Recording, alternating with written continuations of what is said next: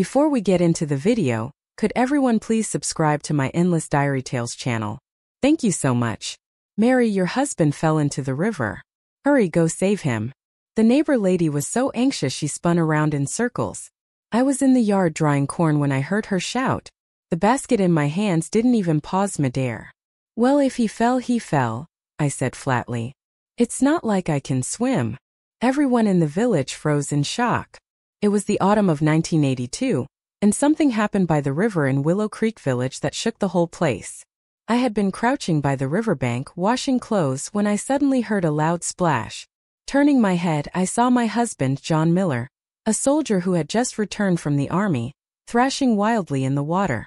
By all logic, I should have screamed for help or jumped in after him. But instead I stood up, brushed the water off my hands, and unhurriedly went back to scrubbing the laundry. Mary, are you out of your mind? That's your husband, cried Mrs. Brown, one of the village women, stomping her foot in panic as she pointed at me. I didn't even lift my head.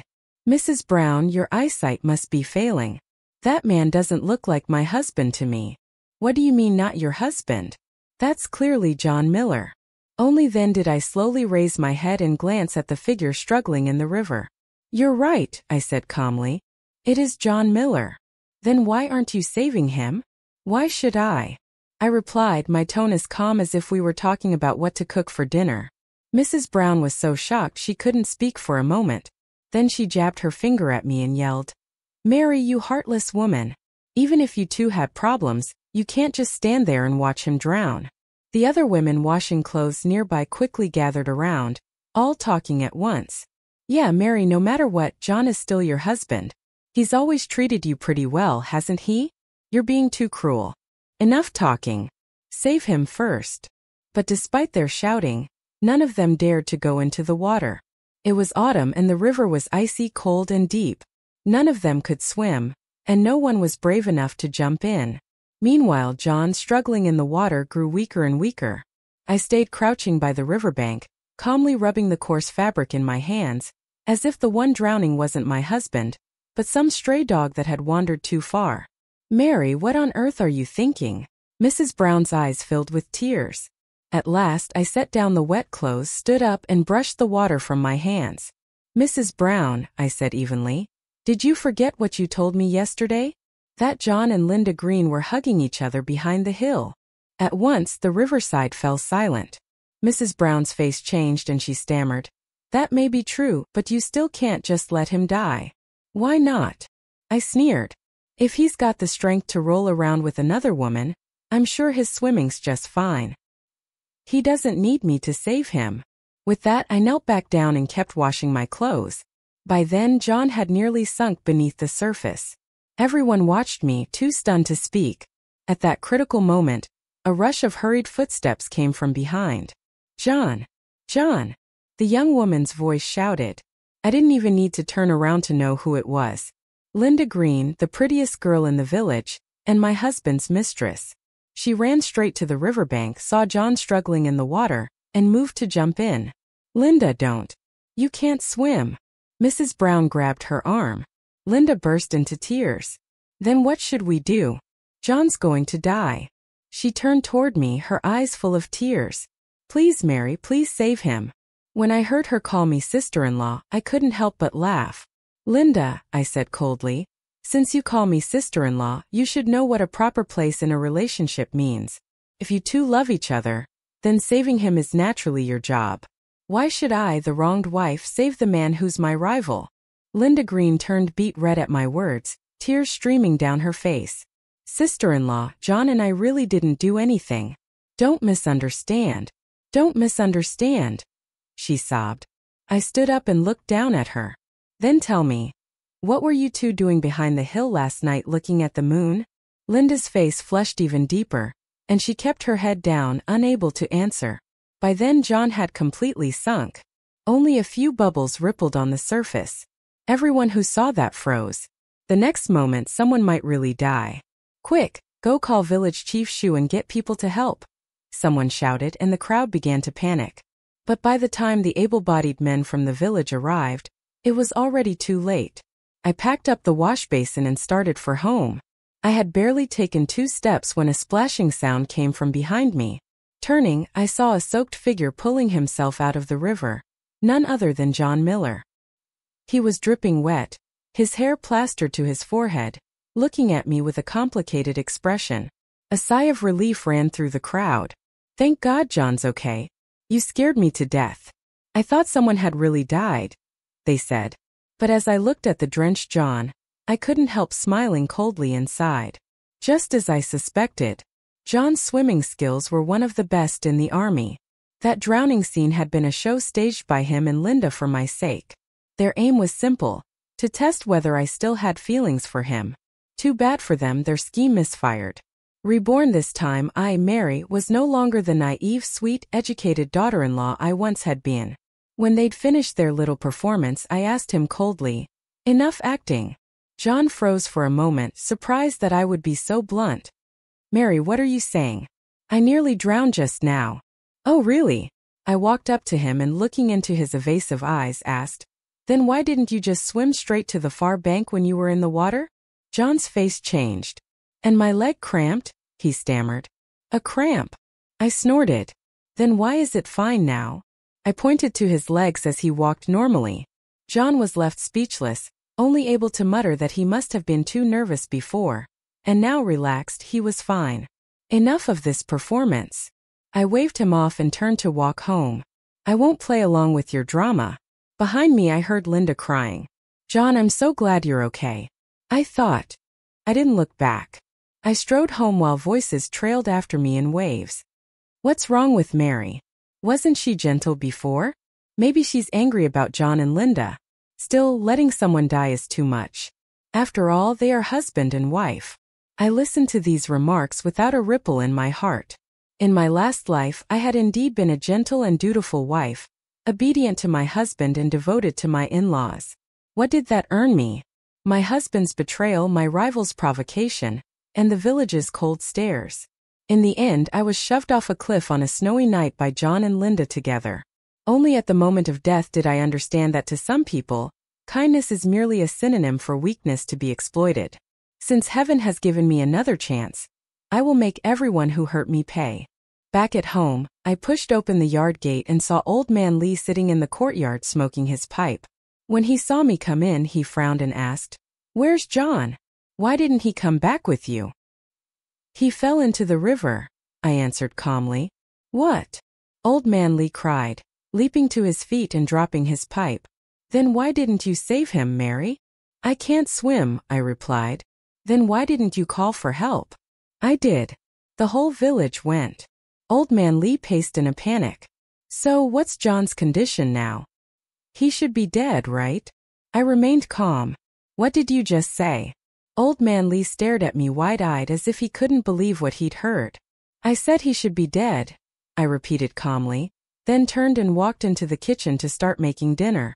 Behind me, Old Man Lee roared, "Mary, have you lost your mind? That's your husband." "Is that so?" I looked back at him briefly. "Then why didn't he come home last night?" Old Man Lee froze, speechless. Everyone in the village knew that John Miller had been staying out late recently, sometimes not coming home at all, but no one said anything openly. Just then the courtyard door creaked open. John Miller walked in, dripping wet, with Linda Green following behind him, looking uneasy and guilty. When Old Man Lee saw his son alive and well, he let out a long sigh of relief. "John, thank heavens you're all right. Your wife just told me you were dead. You scared me half to death."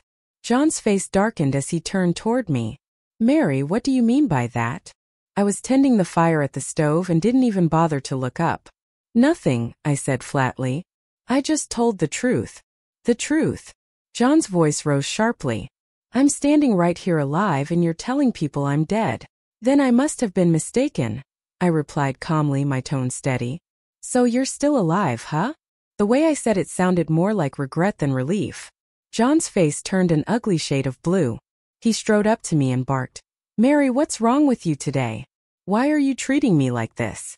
I finally set down the firewood, turned around and met his eyes.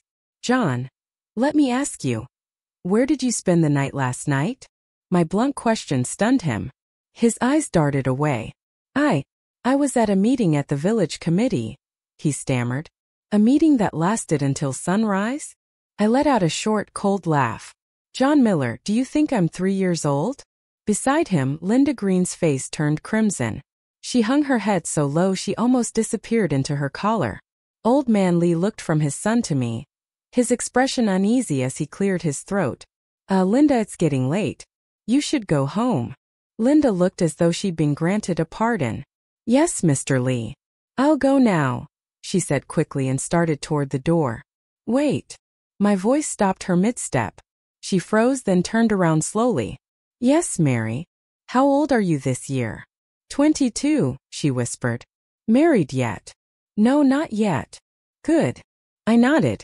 Since you're not married, you shouldn't keep running to another woman's husband's house.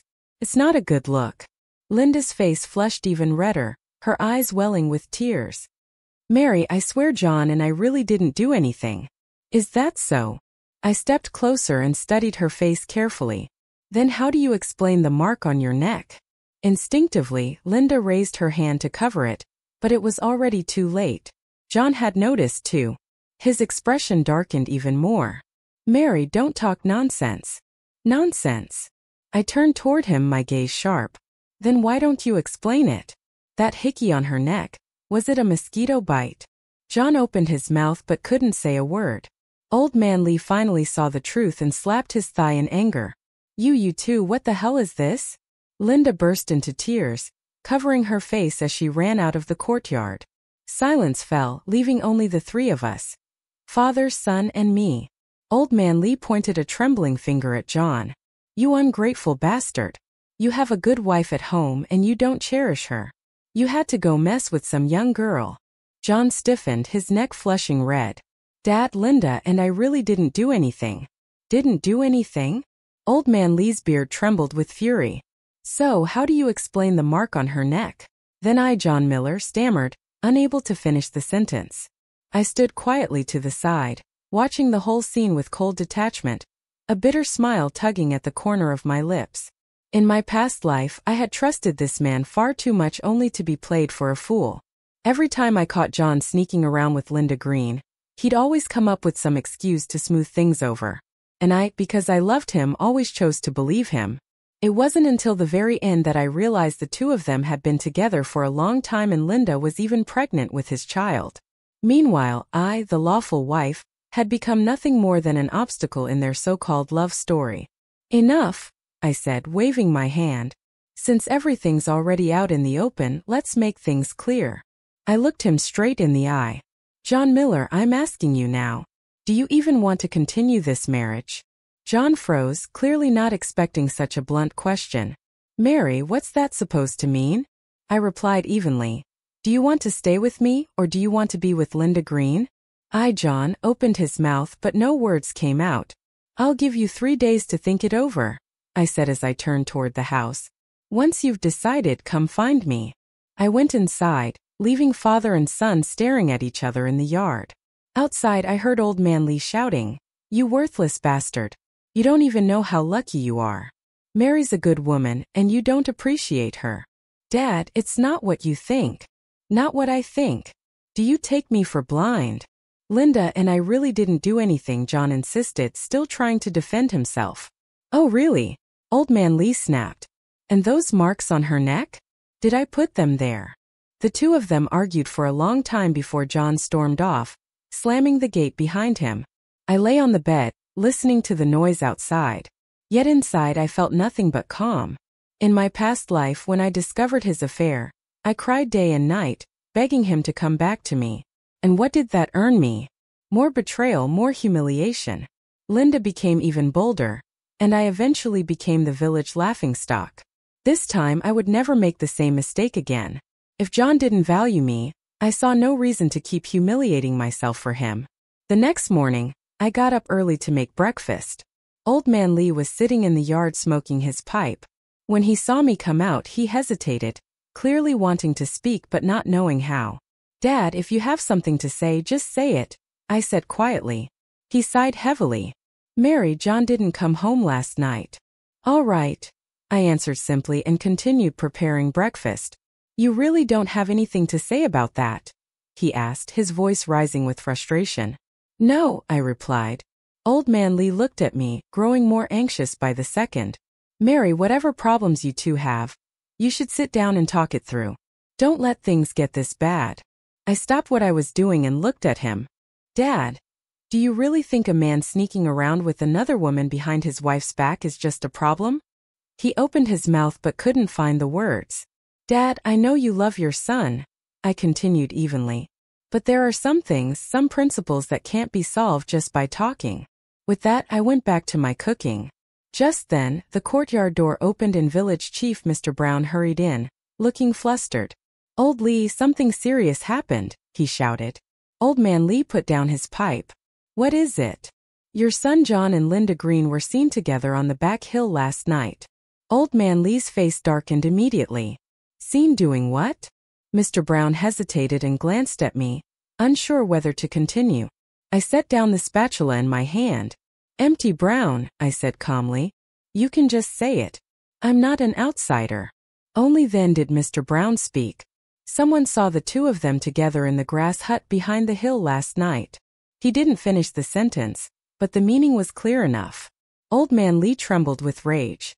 That ungrateful son of mine. I, on the other hand, remained completely calm and went on making breakfast. Mr. Brown looked surprised by my reaction. Mary, you Uncle Brown? I interrupted softly. Have you had breakfast yet? He blinked, startled. Not yet. Then sit down and have some, I said, stirring the pot. Mr. Brown was completely bewildered. By all logic, any woman hearing such news would have broken down in tears or caused a scene. But I acted as if nothing had happened at all. Old man Lee sat there in silence, staring at me, unsure what to say. Old man Lee glanced at me uneasily, then muttered under his breath. Mary, are you sure you're all right? You seem off. I'm fine, I replied calmly, filling a bowl of porridge and handing it to Mr. Brown. Really? I'm fine. Then why are you? He began. Why? What? I interrupted, looking straight at him. Were you expecting me to cry and wail like my world's fallen apart? Old man Lee was struck speechless. Mr. Brown cleared his throat carefully and asked, Mary, what are you planning to do now? What else can I do? I sat down and began eating breakfast. Let him figure it out for himself. Maybe you should call him back, Old man Lee suggested tentatively. No need, I shook my head. He's made his choice. He can live with the consequences. Just as I said that, the courtyard door creaked open again. John Miller walked in, head down, looking like he hadn't slept all night. There were dark circles under his eyes. When he saw Mr. Brown sitting there, his expression grew awkward. Mr. Brown, what brings you here? He asked stiffly. Mr. Brown forced a smile. Oh, nothing much. Just came by to visit. Then he stood up quickly. I should get going. I still have things to do. And with that, he hurried off, leaving the yard quiet again. Now only the three of us were left. John stood there shifting his weight, unsure what to say. Old man Lee looked from his son to me, sighed heavily, and finally said, I'll go check on the fields. Then he left too. The courtyard fell completely silent. Only John and I remained.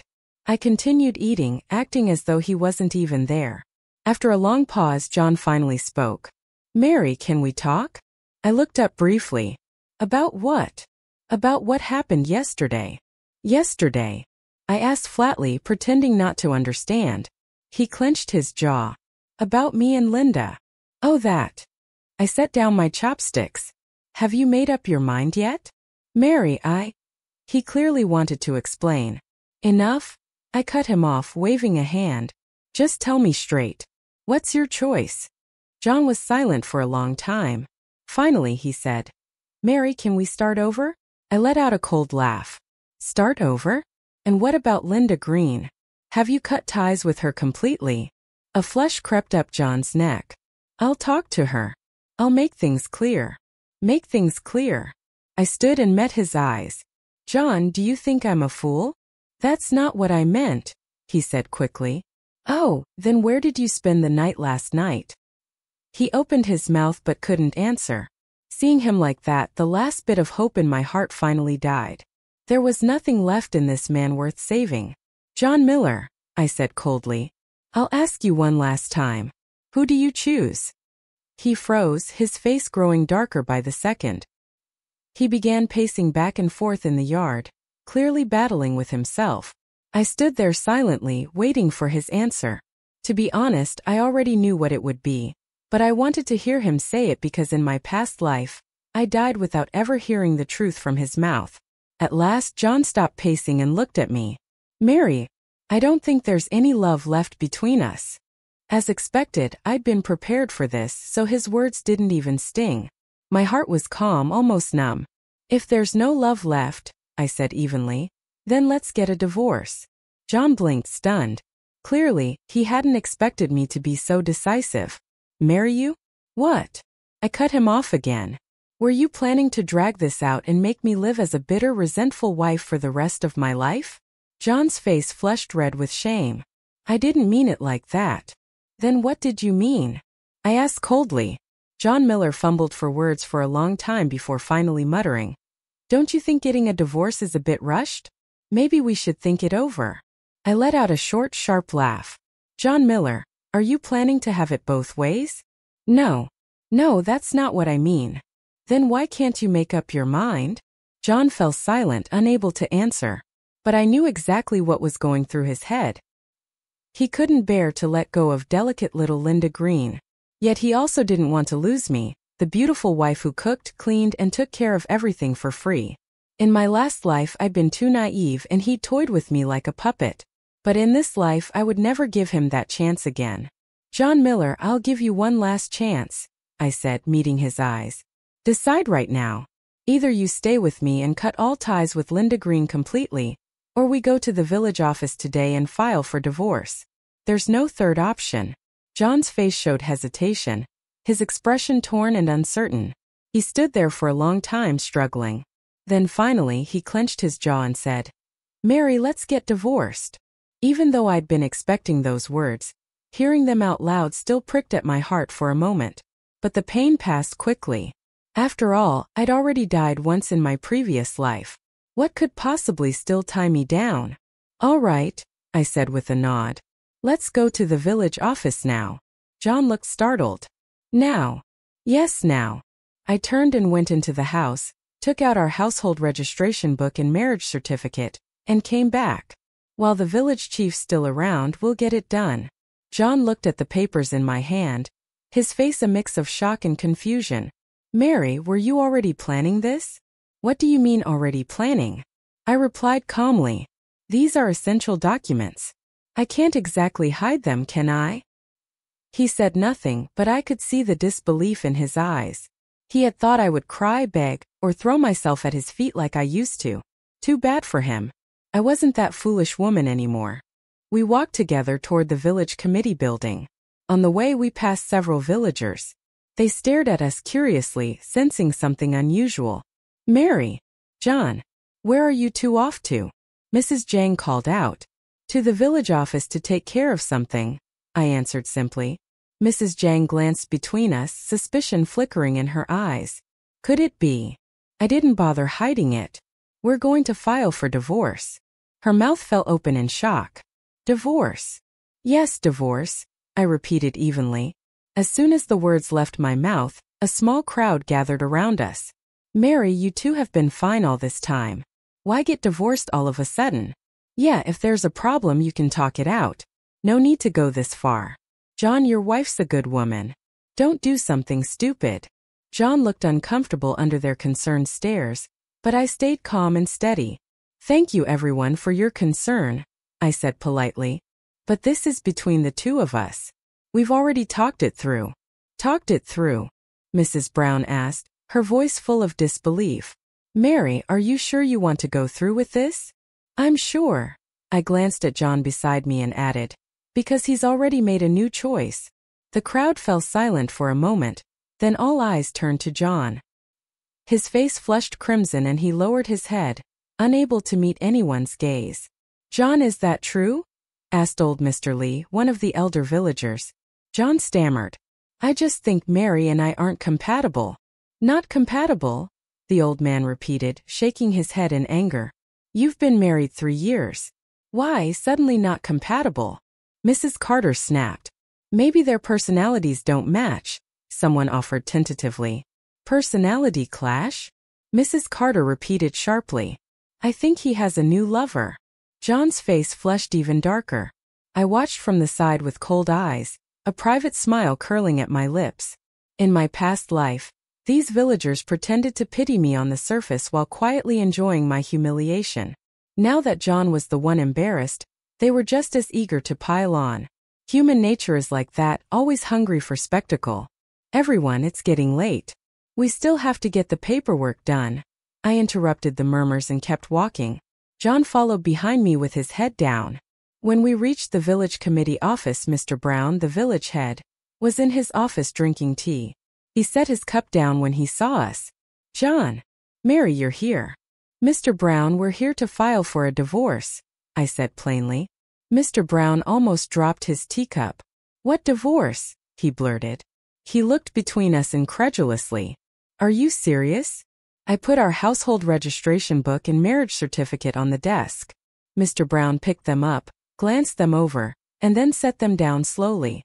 Mary, are you sure you want a divorce? He asked. Yes. I looked at John. He was silent for a moment, then nodded. I agree, he muttered. Mr. Brown sighed. You two were fine. What happened? Is there some misunderstanding? No misunderstanding. I shook my head. We just don't fit together anymore. Don't fit? Mr. Brown found it hard to believe. You've been married 3 years. Weren't things okay before? Before was before. Now is now. I stood firm, and Mr. Brown, looking between my resolute face and John's guilty one, seemed to understand. All right, he said at last. If you both agree, I'll process it. He handed me a form. I took it and filled in the required information carefully, while John sat silently at the side. When I finished, Mr. Brown checked the form and said, According to the rules, you have a 1-month cooling-off period. Can't you make an exception, Uncle Brown? I asked quietly. We've thought this through. We don't need the cooling-off period. Mr. Brown looked troubled. That's the regulation. I lowered my voice. You know how things are in this village. Rumors spread. Better to settle it quickly. Brown caught my meaning, thought for a moment, and then said, Fine, I'll make an exception this once. He stamped the form. Done. From now on, you're officially divorced. I took the divorce certificate in my hands with a complicated feeling. 3 years of marriage ended just like that. John took his copy looking dazed. He began to say something, Mary, but I cut him off. From now on, John, we're strangers, I said.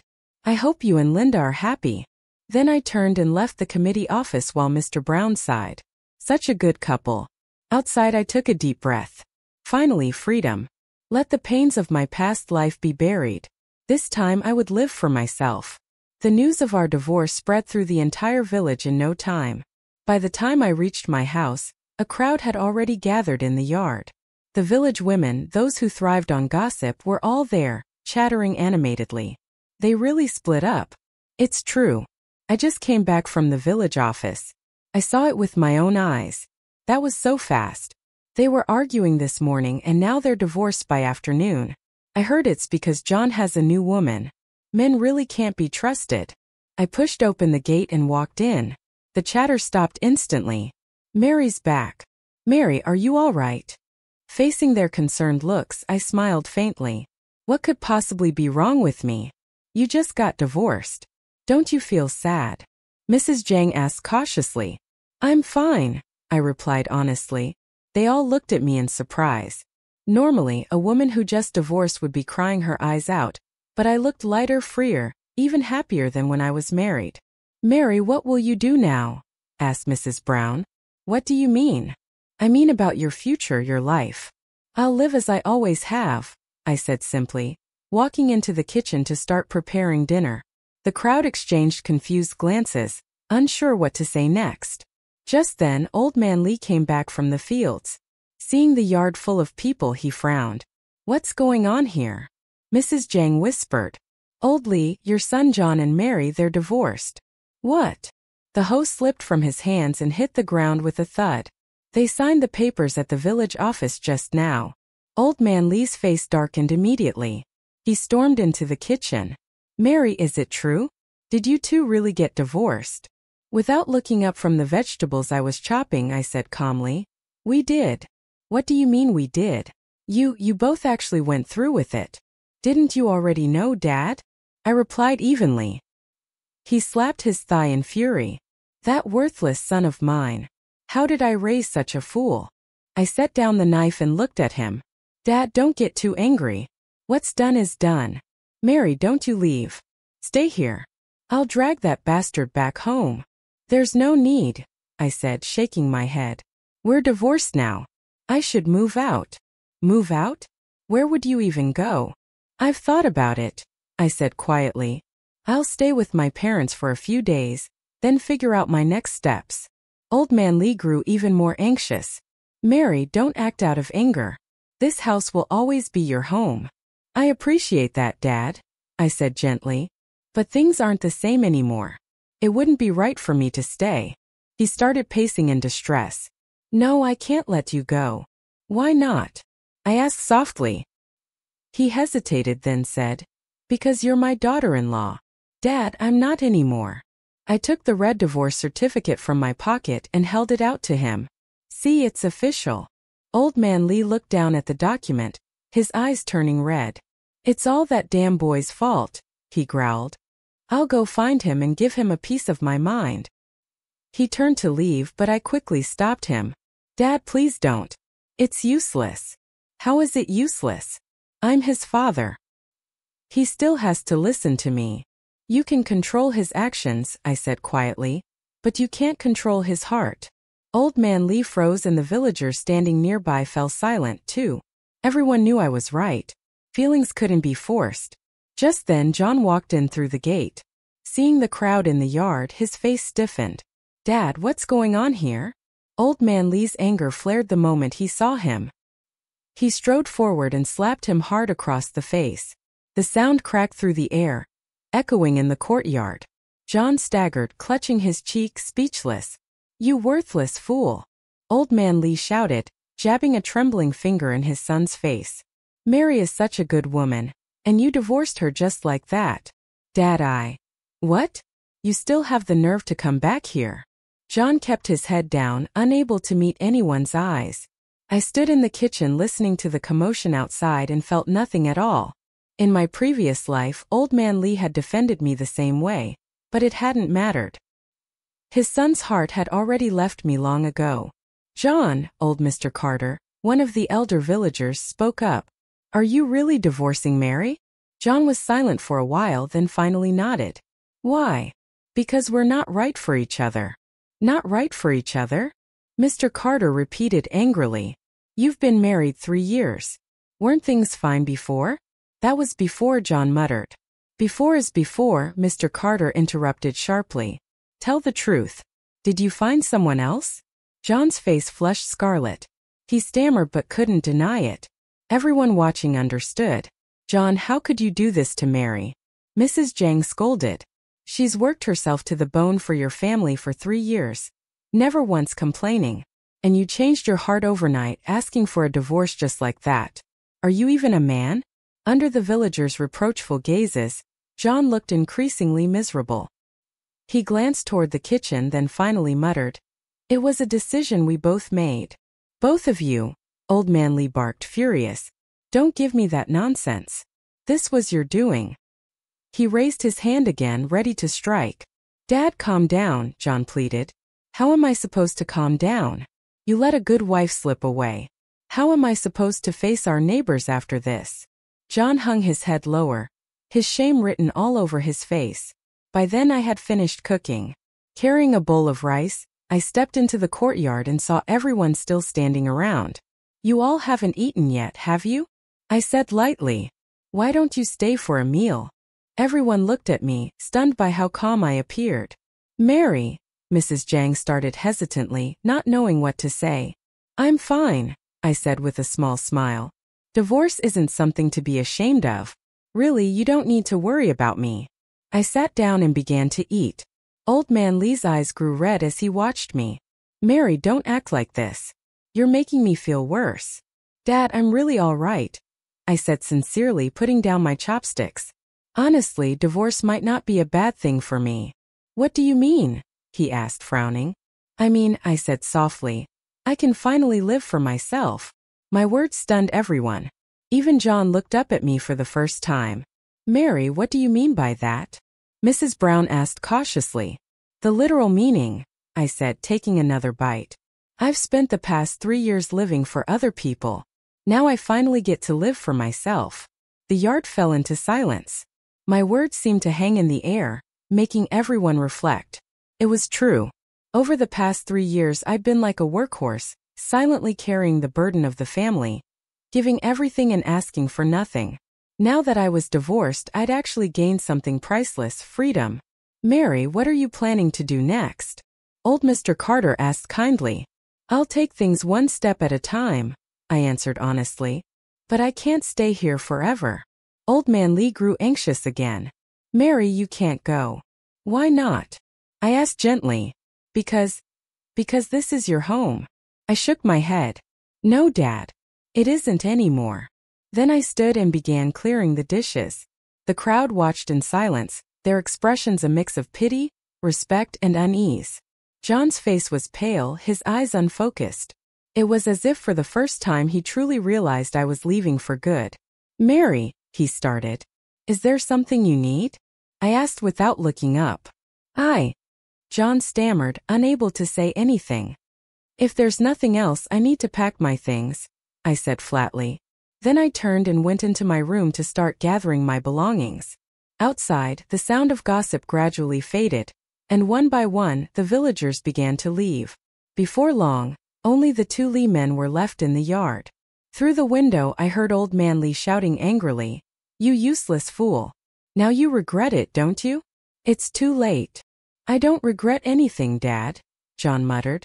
Don't regret it? Then what are you still doing here? Go on. Go find your little lover. Dad, don't. Don't call me Dad. I don't have a son like you. The 2 of them argued for a long time before John finally stormed off. Old Man Lee sat alone in the courtyard, smoking one cigarette after another until late at night. I finished packing and decided I would leave first thing in the morning. All the pain from my past life, I would let it stay buried in the past. This time I would begin anew. At dawn the next day I got up early ready to go. I had already made up my mind last night. I would go back to my parents' home and stay there for a while before figuring out my next steps. My family lived in the county town. My father worked at the local supply and marketing cooperative, and my mother was an elementary school teacher. We were fairly well off back then when I volunteered to go to the countryside as an educated youth. It was partly out of a desire to experience rural life, and partly because I hoped to find a good man to marry. I never expected to meet someone like John Miller, a man with no loyalty or conscience. But now everything was different. I could finally start over. I packed my luggage neatly, and was about to leave for the station when I stepped out into the courtyard and saw Old Man Lee sitting there. His eyes were red and puffy. Clearly he hadn't slept all night. Dad, you're up early, I said softly. When he saw me holding my luggage, his expression grew even sadder. Mary, you're really leaving? I'll stay with my parents for a while, I replied. And will you come back? He asked hesitantly. I paused, then shook my head. Probably not. Tears welled in his eyes. Mary, it's all that damned boy's fault. Please don't be angry with me. I'm not angry with you, Dad. I stepped closer and looked him in the eye. You've always treated me kindly, and I'll never forget that. But things have changed. It wouldn't be right for me to stay here anymore. Old Man Lee nodded, though his face was full of sorrow. He knew I was right. Then take care of yourself, he said quietly. You too. I reached into my bag and pulled out some money. Here, take this and buy yourself something good to eat. No, I can't take your money, he said quickly, waving his hands. Please, Dad, I insisted, pressing the bills into his hand. Just think of it as a small token of gratitude. Who knows if we'll ever see each other again. The old man's lips trembled and tears finally spilled down his cheeks. That 70-year-old man cried like a child, clutching the money in his rough hands. Watching him like that made my heart ache. To be honest, Old Man Lee truly was a good man. He had always treated me well. It was just unfortunate that his son turned out to be such a disappointment. Dad, please don't cry, I said gently. I have to go now. He wiped his tears and stood. I'll walk you to the station. That's not necessary. I can go by myself. At least write to us when you get there, he said with a trembling voice. I will. I lifted my bag onto my shoulder and turned toward the gate. Just as I reached it, the door creaked open and John walked in.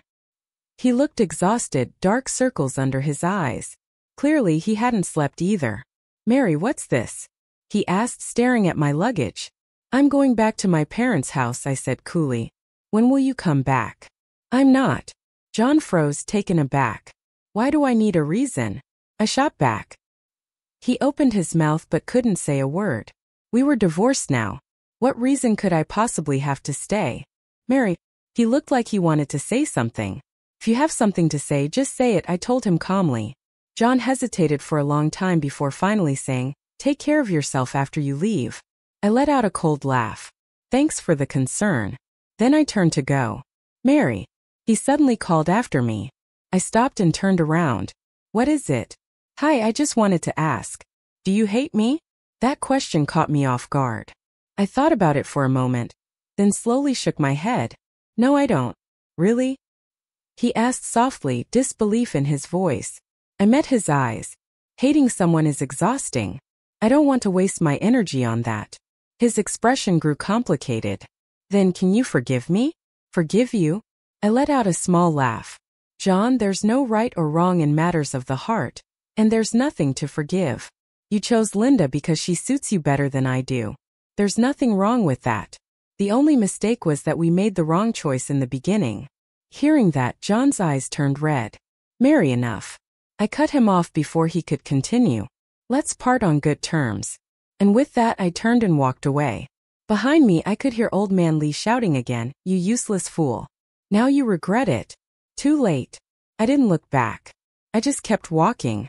As I made my way through the village carrying my luggage, people came out to watch. Some looked like they wanted to stop me to say something. But when they saw the determination on my face, they stayed silent. At the edge of the village, I stopped and looked back at the place I'd lived in for 3 years.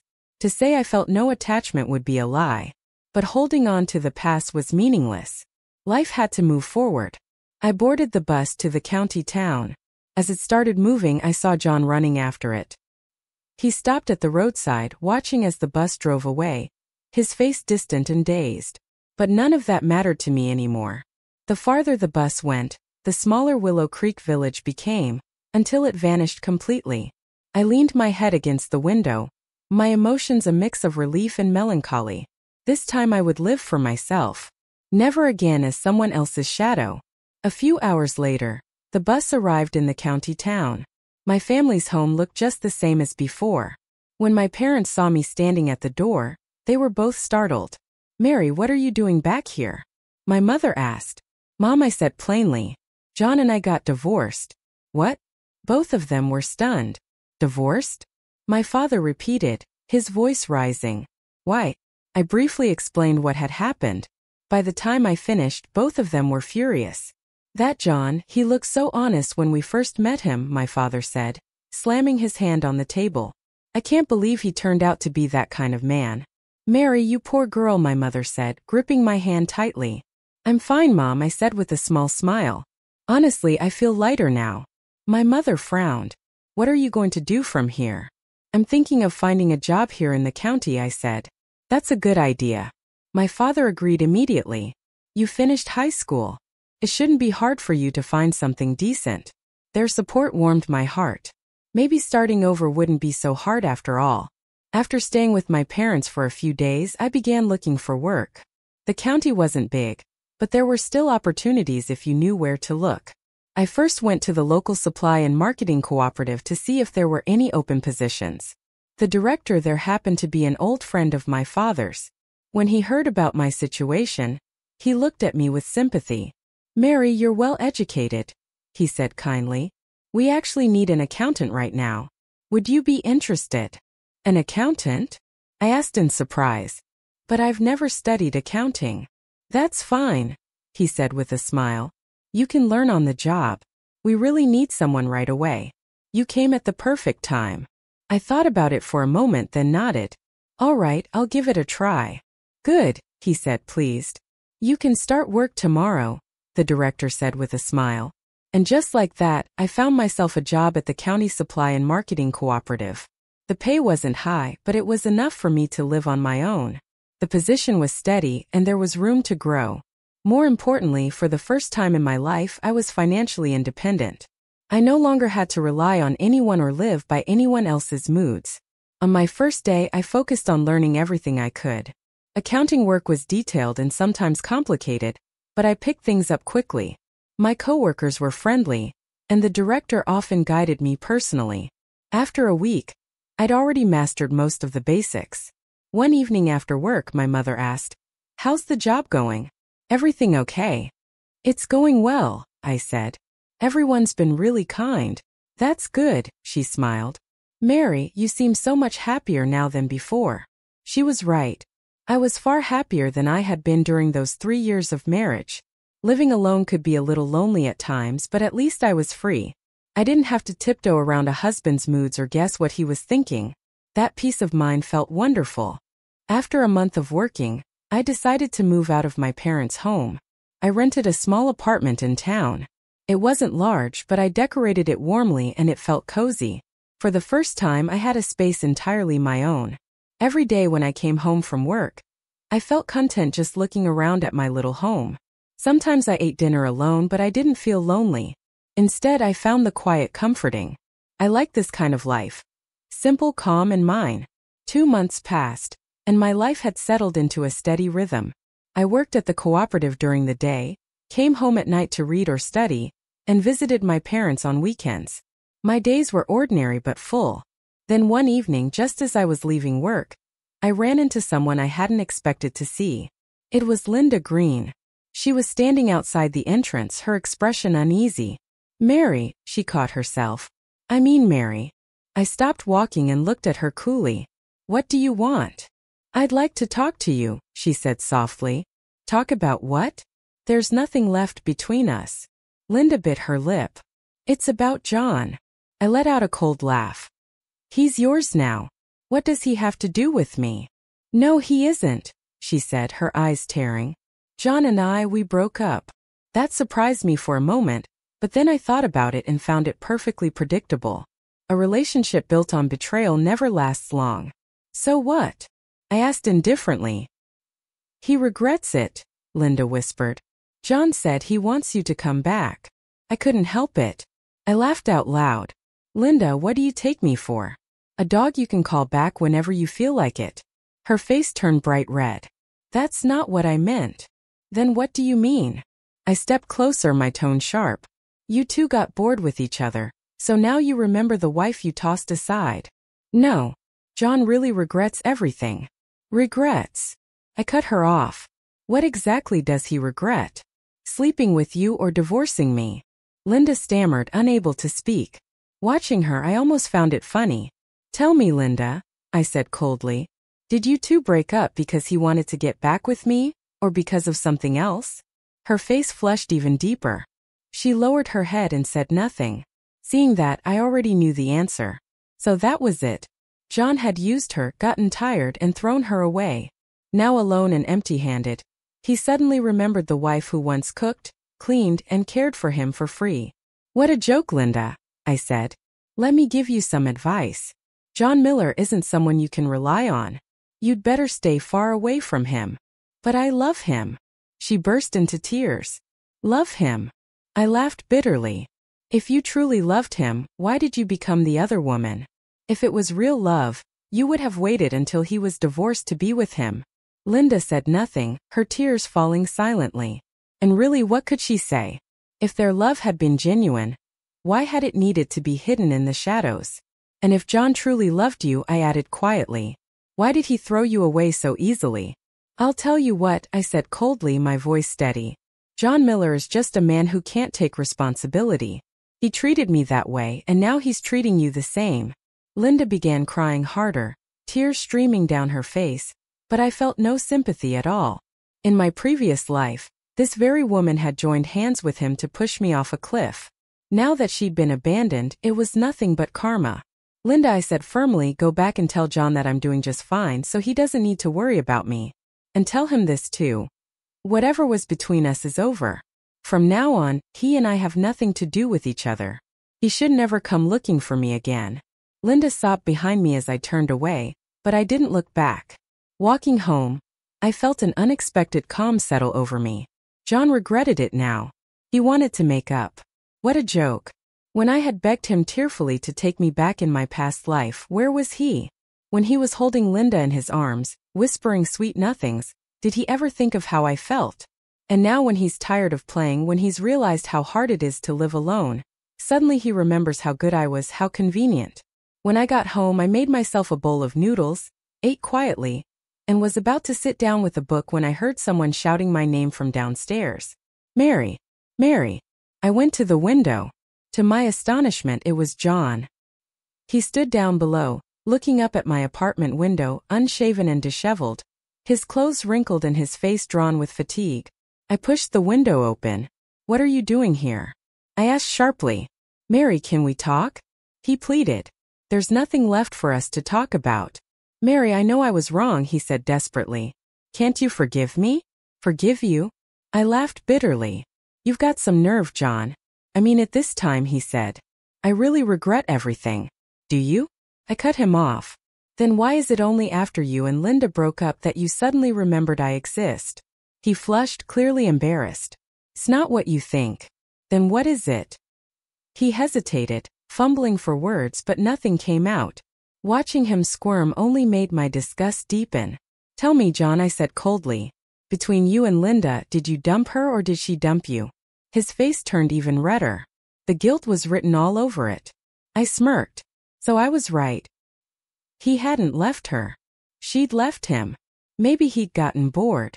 Or maybe he'd realized Linda wasn't as easy to control as I had been. Listen carefully, John Miller, I said, my voice like ice. We're divorced legally. We're strangers. Don't come looking for me again. And don't you dare interfere with my life. Mary, can't we start over? He begged. Start over. I laughed out loud. Do you really think I'm the kind of woman you can play with whenever you feel like it? Want me when it's convenient? Toss me aside when it's not? And then come crawling back when you need me again? Forget it, John. That door's closed. With that, I slammed the window shut. He stood outside for a long time, motionless, before finally walking away. I sat on the edge of my bed, unable to calm down for a long while. In my past life, if I'd heard him say he regretted it, if he'd said he wanted to make things right, I would have forgiven him instantly. I would have gone back to living that miserable life, forever watching his moods, hoping for scraps of affection. But not this time. In this life, I would never make the same mistake again. Some things once broken can never be fixed. Once a person has left, there's no going back. The next day at work, my coworker Lisa leaned over to me with a teasing grin. Mary, she whispered. Last night there was a man standing under your building for a long time. Was that your admirer? I shook my head. No, that was my ex-husband.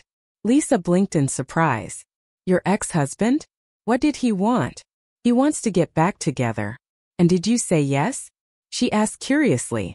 Of course not, I said flatly, flipping through the ledger on my desk. When a marriage ends, it ends. There's no such thing as going back. Lisa nodded thoughtfully. Yeah, you're right. After all, you both made your choice. It just proves you two really weren't meant to be, Lisa said with a shrug. That's how it goes sometimes. I smiled faintly. Exactly. That morning passed quickly, and just before noon, the director called me into his office. Mary, he said with a grin. I've got some good news for you. What kind of good news? I asked, a little curious. The higher-ups have decided to select a group of outstanding employees for professional training in the city, he explained. And you've been chosen. Training? I repeated in surprise. Yes, for accounting, he said. It'll last about 3 months. Once you complete it, you'll be promoted to a certified accountant, and your salary will increase quite a bit, too. That was good news. When does it start? The beginning of next month, the director replied. So get ready. It's a great opportunity, I nodded. Thank you, director. I'll be prepared. Walking out of his office, I couldn't help smiling. I hadn't expected things to go so smoothly, let alone to be given such a chance for advancement. It made me even more certain that leaving my old life behind had been the right decision. After work, I stopped by the market to buy some fresh ingredients. I wanted to make myself a nice dinner to celebrate. But as soon as I reached my building, I saw someone I least wanted to see, John Miller. He was standing near the entrance, waiting. "Mary, you're off work," he said, forcing a smile. I ignored him and headed straight for the stairs. "Mary, please just listen to me," he called, following behind. "I have nothing to hear from you," I said without turning around. "I know I made mistakes," he said quickly. "But everyone makes mistakes. Can't you give me a chance to make things right?" I stopped and turned to face him, my voice cold. "Do you think love is some kind of game, John? Something you can pick up and drop whenever you feel like it? When you want me, you take me. And when you don't, you throw me away. Then come crawling back when it's convenient." He opened his mouth but had no answer. "And tell me," I continued sharply, "when you were with Linda, did you ever think about giving me another chance?" "You didn't," I cut him off. "So don't expect me to give you one now." With that, I turned and started back up the stairs. "Mary," he began again, but I held up a hand. "Don't follow me," I warned. "I don't want to talk to you anymore." He took another step forward and I stopped, turning back with an icy stare. "John Miller, this is my final warning. If you keep harassing me, I'll call the police." The look in my eyes must have told him I meant it because he froze. For once he stayed silent. When I got home, I locked the door and leaned against it, letting out a long breath. That man was truly insufferable. He had betrayed me first, and now somehow he had the audacity to act like the victim begging for forgiveness. Enough was enough. I wasn't going to let him disturb my life any longer. The next morning before work, I took a short leave and went to the local police station. "Officer," I said firmly, "I'd like to file a report." The officer on duty looked up. "What kind of report?" "Someone's been harassing me," I replied. He opened his notebook. "Tell me exactly what's been happening." I described everything in detail. How John had shown up at my workplace, followed me home, and loitered outside my building late at night. "You're divorced, correct?" the officer asked. "Yes," I said, pulling the red divorce certificate from my bag. He examined it and nodded. "All right, this definitely qualifies as harassment. We'll send someone to issue a formal warning." "Thank you," I said in relief. The officer added, "But I'd also advise you to consider moving if possible. A new environment would help you cut off contact completely." That made sense. And since I'd be leaving for training in the city next month anyway, it was the perfect opportunity to make a clean break. That same afternoon, officers from the station went to speak with John. I heard later that his face turned pale when they warned him, but all he could do was promise not to bother me again. And for the next several days, sure enough, he didn't appear. John Miller never showed up again after that, and I was finally able to focus on my work in peace. About a week later, I received a phone call from the village. It was from Old Man Lee. "Mary, it's me," he said, his voice warm. "Dad, what made you think to call me?" I asked gently. "I just wanted to check in, see how you're doing," he said after a pause. "I heard John came to see you a few times." "He did," I replied plainly. "But Dad, you should stop hoping for anything. There's no chance of us getting back together." There was a long silence on the other end of the line before he finally spoke again. "Mary, I understand. That useless boy of mine, he really went too far. Are you doing okay, Dad? How's your health?" "I'm fine," he said quietly. "Just it weighs on my chest sometimes." "Please take care of yourself," I said softly. "Don't waste your energy worrying about people who don't deserve it." He sighed deeply. "Mary, you take care of yourself out there too." "I will," I said and hung up. For a while I just sat there, my emotions mixed. Old Man Lee truly was a good man. It was only a pity that his son wasn't. But none of that was my burden anymore. My life was my own now, and I had a new path ahead of me. With my training in the city coming up next month, I started preparing to move. I'd grown fond of my little apartment. It was cozy and peaceful, but it was time for a real fresh start. A month later, I arrived in the city for my training as planned. Compared to the county, the city was bustling and full of life. Tall buildings everywhere, busy streets, cars honking, people rushing by. The training was held at the City Finance Bureau, and our accommodations were arranged at a nearby guest house. There were dozens of us from different counties, all here for the same 3-month accounting program. Everyone was serious and motivated, and the daily schedule was packed from morning to night. I threw myself into the lessons wholeheartedly. I knew this was my chance to change my future. If I mastered the professional skills, I could build a life for myself here in the city. Among the trainees was a man named David Wong, an accounting supervisor from a nearby county's cooperative. He was a few years older than me, polite, educated, and calm, always wearing a neat pair of glasses that gave him a scholarly look. "Miss Jiang," he asked one evening during our study session, holding a sheet of exercises, "do you know how to solve this problem?" I glanced at it. It was indeed a tricky calculation. "Let me try," I said, then carefully worked it out step by step, explaining my process as I went. "Ah, I see now," David said with a look of realization. "You're really talented. I couldn't figure this one out at all." "It's nothing," I replied modestly. "I guess I'm just good with numbers." "Have you studied accounting before?" he asked curiously. "No," I said, smiling.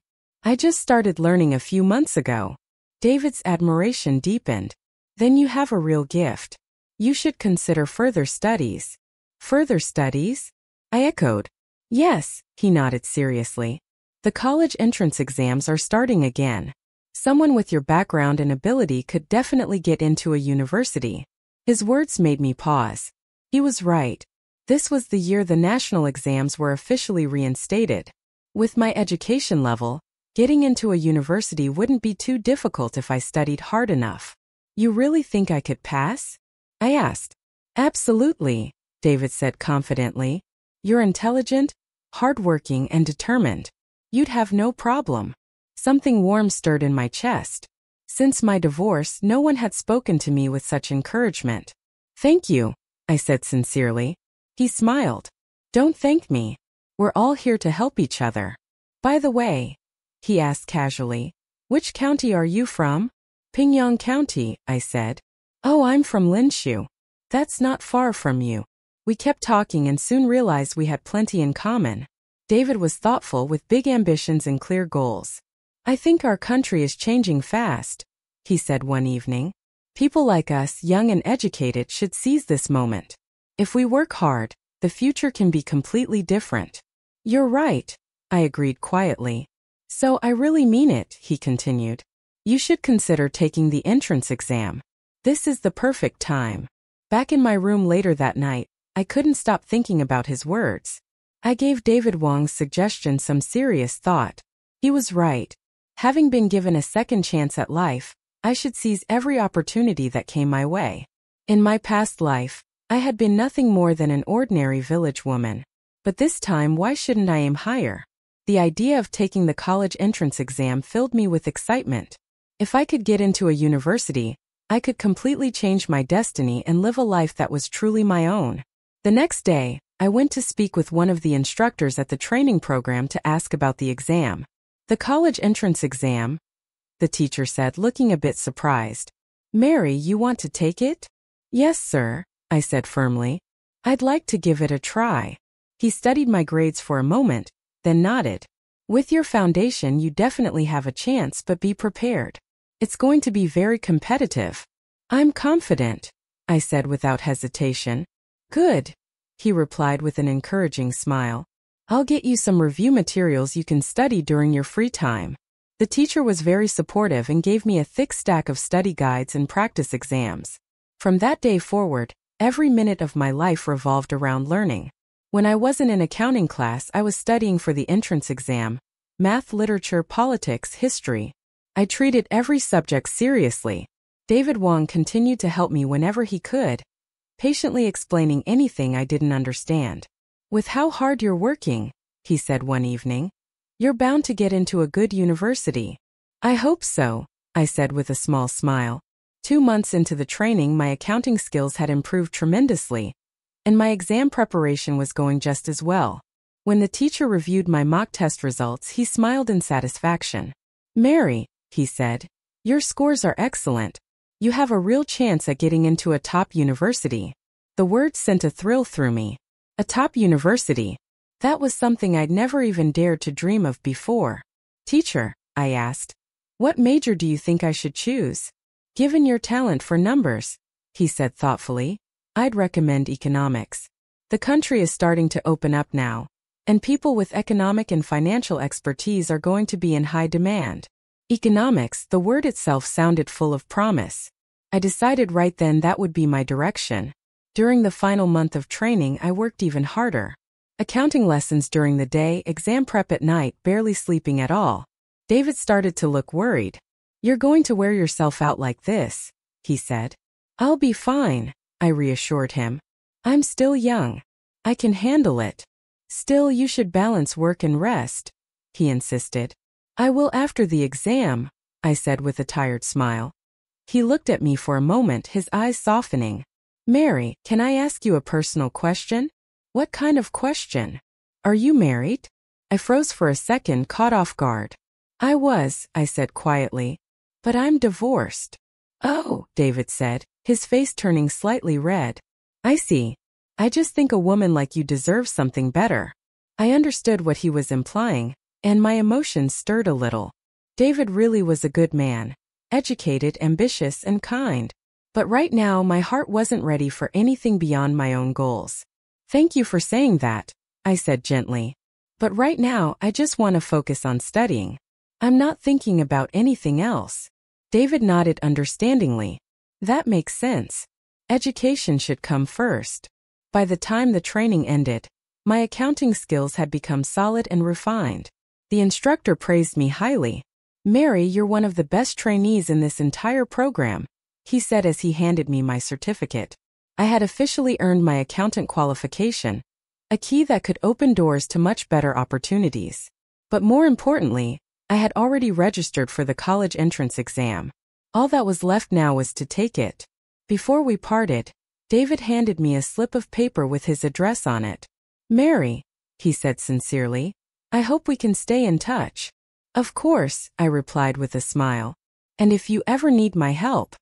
Of course, I told David with a small smile. If you ever need anything, you can always reach out.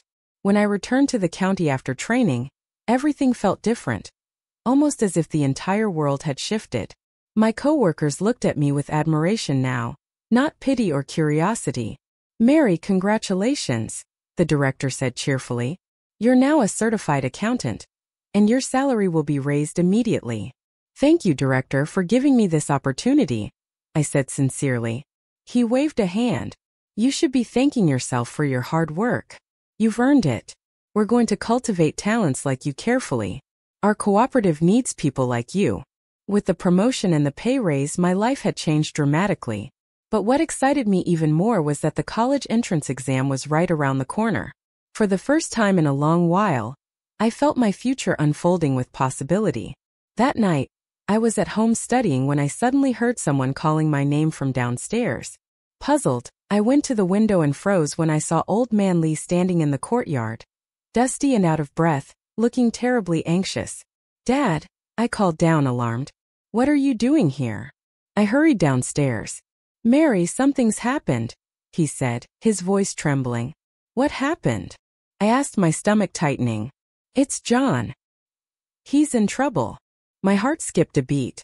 What kind of trouble? He ran off with that girl. Linda Green, Old Man Lee said, wiping at his eyes. They tried to elope, but her family caught them. They beat him and broke his legs. The word stunned me. John and Linda had eloped. Where is he now? I asked after a moment. At the county hospital, the old man said, nearly in tears. Mary, I know I shouldn't have come to you, but I'm desperate. I don't have the money for his treatment, and he's still unconscious. I looked at him, feeling torn. No matter what had happened between John and me, Old Man Lee had always treated me kindly, almost like a daughter. Don't worry, Dad, I said softly. Let's go to the hospital first and see how bad it is. You're willing to come? He looked at me astonished. I'll go see, I said evenly. But that doesn't mean I'm taking responsibility. We're divorced now, and that hasn't changed. I know, he said quickly, nodding again and again. We went to the county hospital together.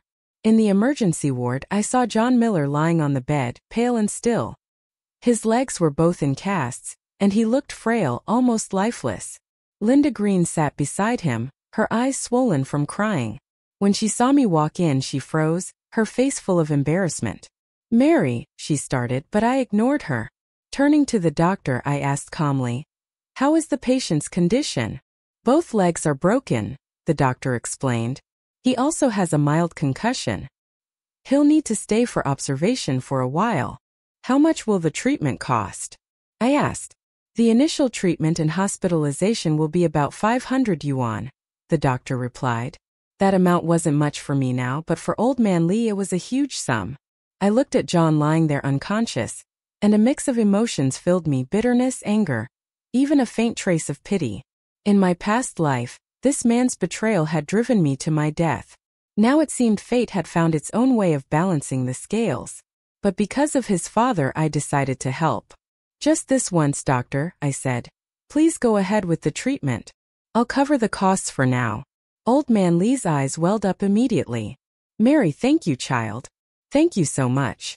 "Don't thank me," I said firmly. "I'm only covering it temporarily. When he recovers, he'll have to pay me back." Of course, he said quickly, nodding again. Linda stayed silent, her head bowed low, not daring to speak. I went to the payment counter, paid the bill, and came back to the old man. "Dad, I've done what I can. The rest is your family's business." "Mary, thank you," he said again, tears spilling down his weathered face. "There's no need," I said quietly. "I only did it out of respect for you." With that, I turned and walked out of the hospital. As I made my way home through the cool night air, I felt strangely calm. Helping old man Lee was the right thing to do.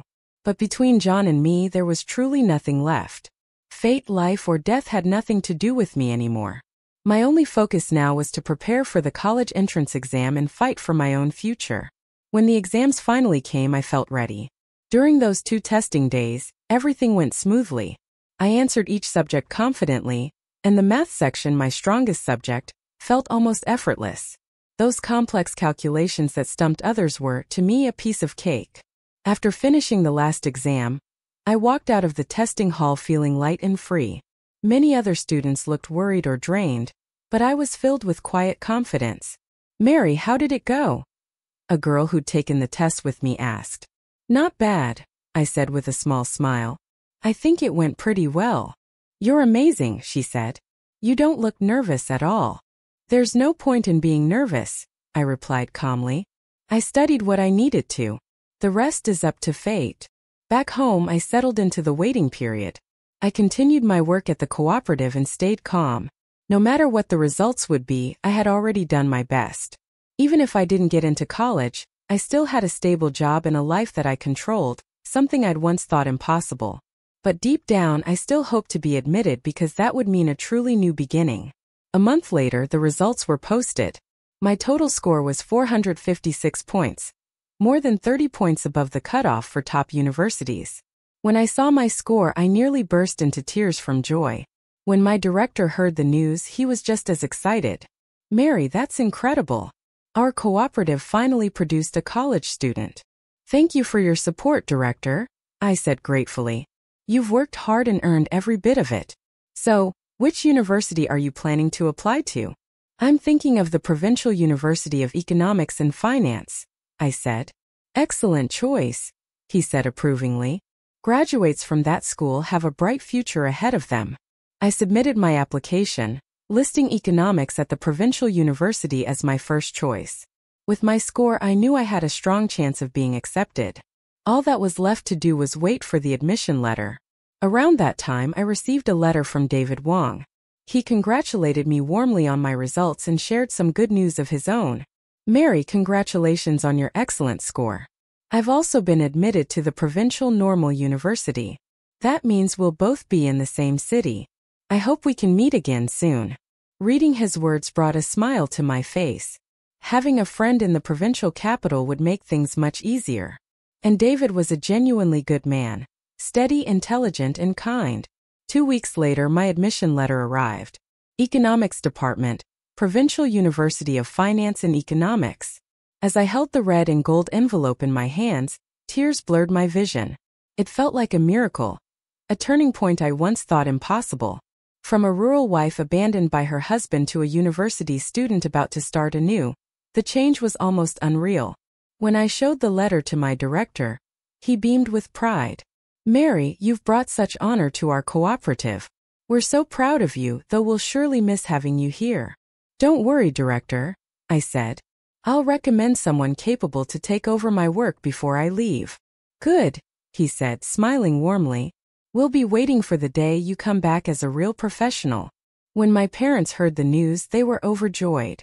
"Mary, you're the pride of our family," my mother said, her voice trembling with emotion. "It's all thanks to you and Dad," I said softly. Father shook his head. "No, it's your effort that made this happen. But remember, university isn't the finish line. Keep studying hard." "I will, Dad," I promised. Just as I was preparing to leave for school, Old Man Lee showed up again. He looked even older than before. His hair had turned almost completely white. "Mary," he said, smiling faintly, "I heard you got into college." "Yes, Dad," I said. "Congratulations," he said sincerely. "You're truly a remarkable young woman." "Thank you," I replied, touched. He hesitated for a moment before finally speaking again. "Mary, I came to ask you a favor." "What kind of favor?" I asked cautiously. "It's John," he said, lowering his head. "He wants to see you." I frowned. "See me? What for?" "He said he wants to apologize to you in person."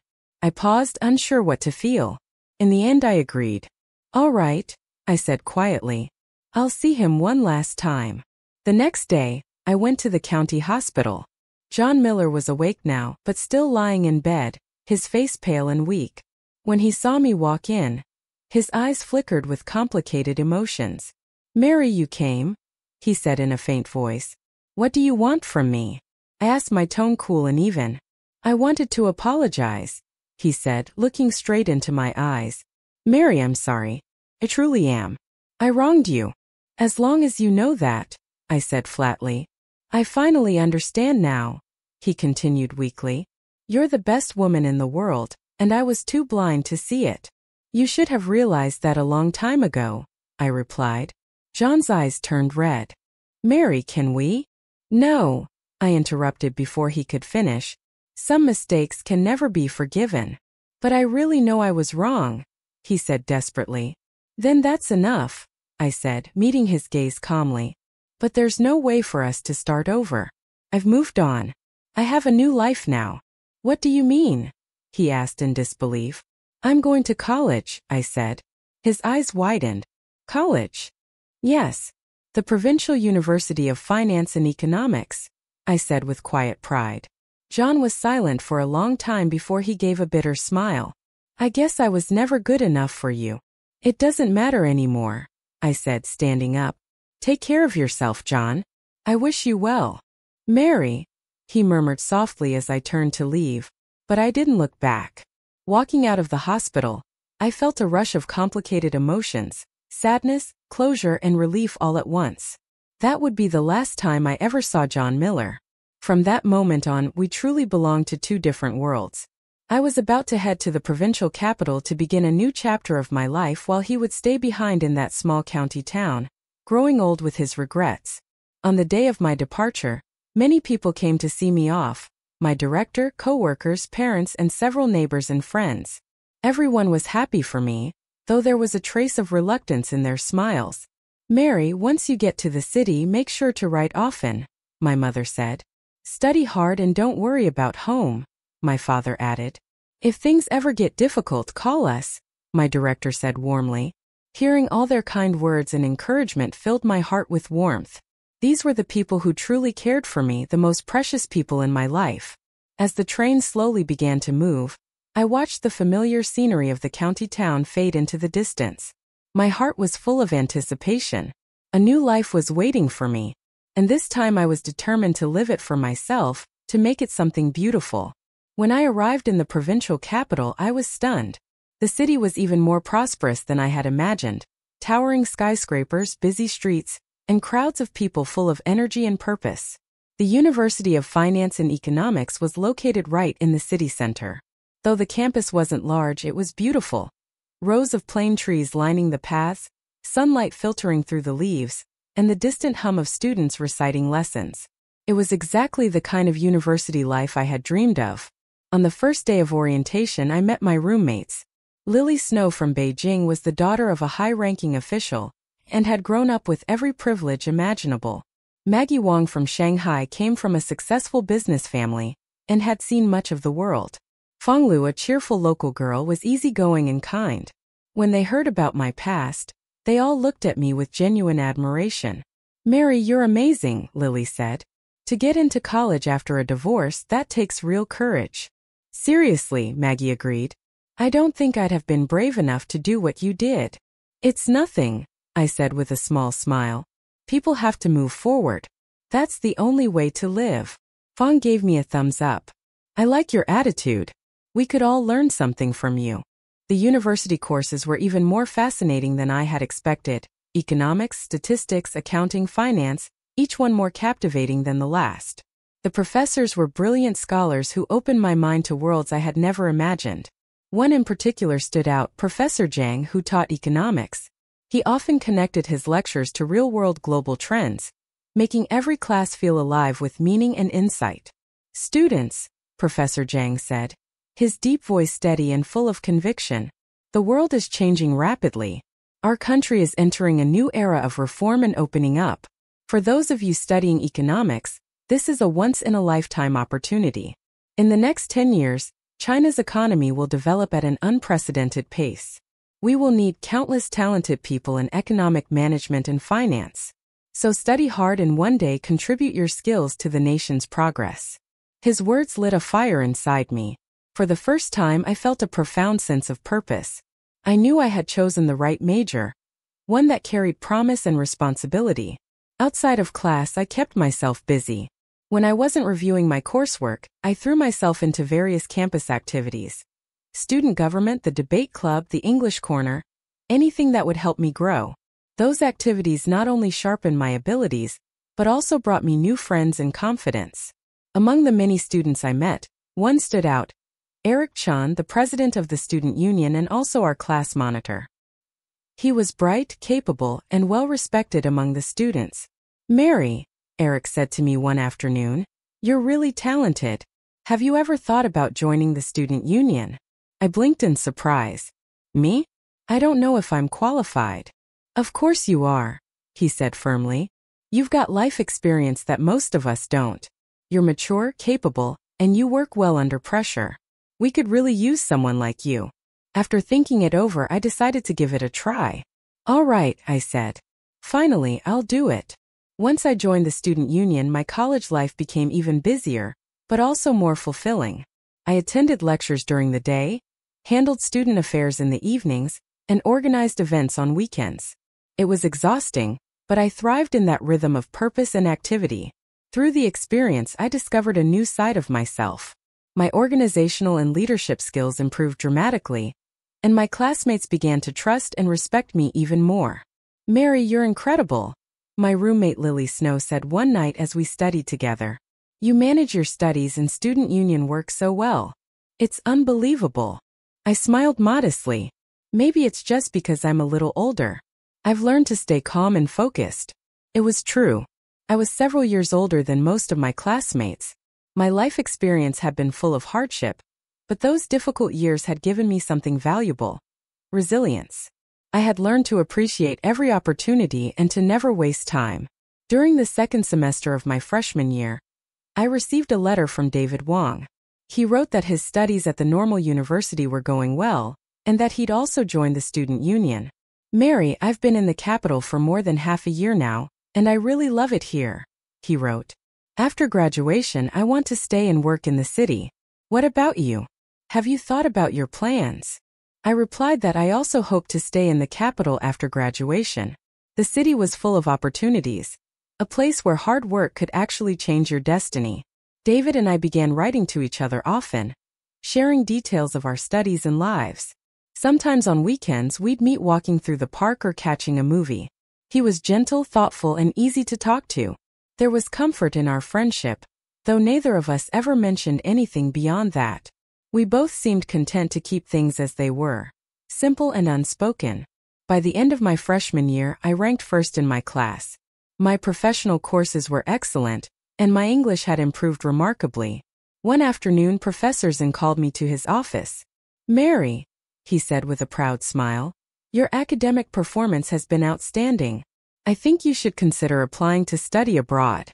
"Study abroad?" I repeated, stunned. I had never dared to imagine such a thing. "Yes," he said, leaning forward. "The government is beginning to sponsor top students to study in developed countries. With your grades, you have a real chance at a fully funded opportunity." "But my English isn't good enough yet," I said. "Honestly, your foundation is strong," he reassured me. "With one more year of hard work, you'll be ready. Think seriously about it. This is a rare opportunity, one that could change your life." That night I couldn't sleep. The thought of studying in another country, learning the most advanced knowledge in the world, made my heart race.